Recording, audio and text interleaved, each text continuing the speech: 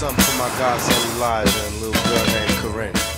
Man, you coming at me for my music, but you listen to this old stuff. Old stuff? What? You better get up out of here with all that. Pocket's the truth. Well, I got a boyfriend. Yeah, I heard, but it's all good. Really? We've been together our whole lives, so we got time.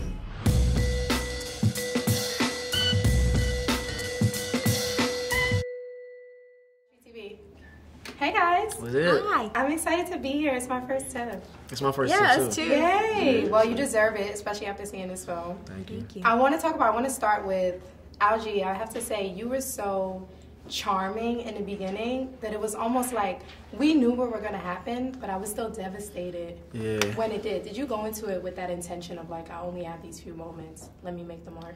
Definitely. I think when I had my initial audition with George, we had already, I sat in that audition room for maybe 30 minutes to an hour, and we were just going back and forth because we were trying it different ways, and one thing we really said is we didn't want to try too hard, let the charm be there, let the people fall in love, establish that chemistry with her, and everything else will play out. And I think his direction on that really took it far, so I'm grateful for George. Yeah, almost when I walked in, I was like, I might have to give Algee a hug. You know, man, I just need one. You ain't give me a hug out there. Stop playing. You acted. He was waiting. I'm like, all right, he was a little serious. So I'm teasing. But, okay, so the defining scene, which we all know, how difficult was it for both of your parents to see that?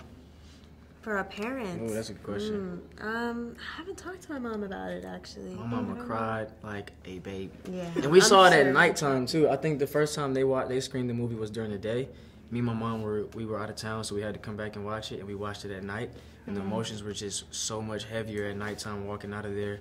It was just silence, but she was just crying, and it was just like, I don't know, it was just, me and my mom have been through a lot together, so it was just, she was more so, I think, just crying because she was proud and realizing like my purpose and everything, but it was Absolutely. good. Yeah. We are proud. I get those goosebumps every time. What's up? Where you been at? Man, I don't know, you be hanging with all the white kids. Shut up. Yeah, when you're not around, when you go that to the side. Out of the car. Yo, Star, you okay? Go back where he told you. Khalil, I'm not playing. Go back where... What did you do? Amandla, there's a scene where you asked Chris, have you ever seen a friend die? And that was very personal for me because I was watching and I was like, wow, I have. And it made me realize how our experiences are so different. And I wonder, as actors, do you feel like your experience is different than your white counterparts? In Hollywood or just in life? In life. Oh, yeah, of course. Very different.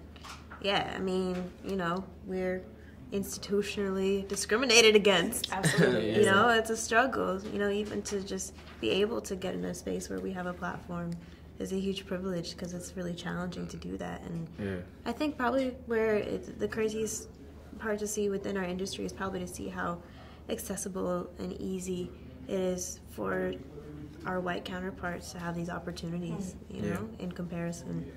Yeah, we definitely see it firsthand within the industry, and then even outside of the industry.